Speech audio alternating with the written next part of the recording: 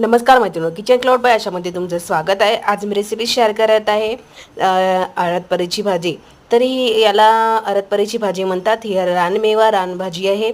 उन्हाळ्याच्या सीझनमध्ये फर्स्ट म्हणजे पहिला पाऊस पडतो तेव्हा ही भाजी बाजारात विकायला येते। अशा प्रकारच्या कोळ्या कोळ्या देठ त्याचे तोडलेले असतात, तोडून विकत आलेले असतात। याला स्वच्छ धुवून घ्यायचे आणि बारीक बारीक कात्रीच्या साहाय्याने चिरून घ्यायचे आहे। तर आपल्याला फोडणीची तयारी करायची आहे। कढईमध्ये तेल घातलेलं आहे। तेल आपल्याला थोडंसंच घालायचं आहे।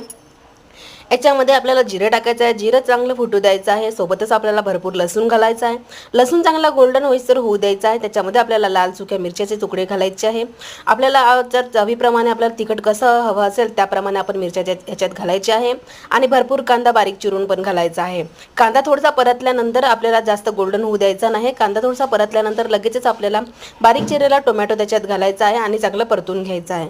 हे परतत असताना त्याच्यामध्ये हळद, हिंग, थोडंसं तिखट आणि मीठ घालायचं आहे आणि थोडंसं आपल्याला परतून घ्यायचं आहे। हे मसाले, टमाटर चांगले, कांदे चांगले आपल्याला तेलामध्ये होऊ द्यायचे आहे मंद आचेवर। थोडंसं आपल्याला झाकून ठेवायचं आहे की मंद आचेवर हे मसाले चांगले झाले पाहिजे। हे झाल्यानंतर आपल्याला आपण जी भाजी चिरून ठेवली होती अरदपरीची, बारीक बारीक चिरून ठेवलेली होती ती त्याच्यात घालायची आहे आणि चांगली त्याला परतून घ्यायची आहे। मसाल्यामध्ये चांगली मिक्स करून घ्यायची आहे आणि लगेचच आपल्याला याला झाकून ठेवायचं आहे। या भाजीला पाणी सोडायची आवश्यकता आहे नाही, कारण की ती टमाटर आणि कांद्याच्या थोड्याशा पाण्यामध्ये भरपूर चांगली म्हणजे शिजून जाते आणि चांगली शिजते। याला पाणी सोडायची गरज नाही आहे। तर आपल्याला ही भाजी 15-20 मिनिटात लगेचच होते, पण त्याच्यातला पूर्ण पाणी आणि तेल पूर्ण सुकून घेऊन घेते ती।